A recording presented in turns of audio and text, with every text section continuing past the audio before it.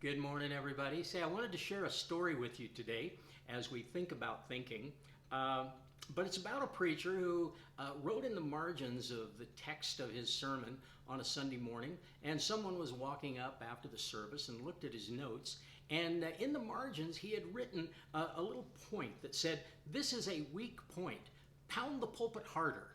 Now, at times, it's true that emotion and pounding the pulpit harder can be a convenient substitute for a good argument. But sadly, such emotions end up eventually replacing the act of thinking, as thinking, as we saw earlier in the week, is swallowed up by emotion. Emotions are fine for emoting, but not so good for thinking.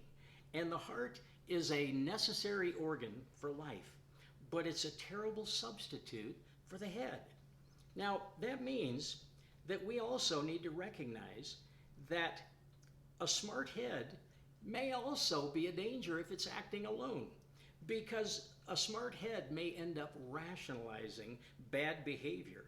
And so there has to be a standard above our own in order to know that our thoughts are standing under the mind of God and the authority of God's revelation.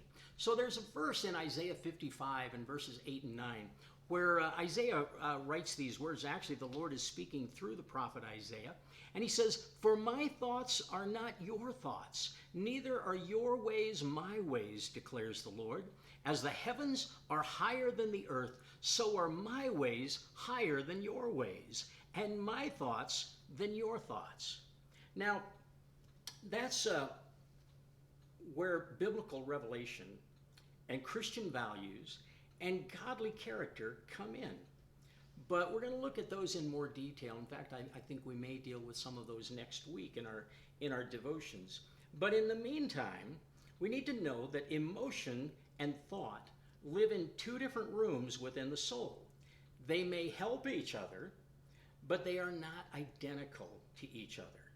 Emotion may desire truth, but only the mind can grasp that truth. Desiring truth is not the same thing as discovering truth. So we see the difference, but we also see that the emotion and the mind can work together. They can complement each other in this process of discovering truth. Now, some people, however, make the mistake of desiring to sound thoughtful rather than using the mind to actually be thoughtful, to do actual thinking. And when the heart desires the wrong thing, to merely sound thoughtful, we can fall into another danger that we haven't talked about yet this week, is the danger of sloganeering. And sloganeering is just emotion with some words attached. Sloganeering is also a poor substitute for real thought, because slogans tend to give the illusion of thinking without the substance of thinking. It's sort of the skin of thought without the inward substance, anyway. Slogans are designed to shout at people, where thoughts are designed to discuss.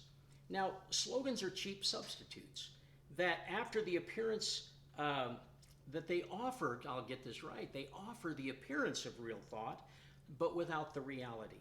Slogans are the mirage that never materializes, and the supposed water that no one can drink. In fact, slogans often block the path to any real thought. So if you want to think, affirm the value of emotion in its proper place, but don't let emotions do your thinking, and don't let slogans get in the way of actual thinking.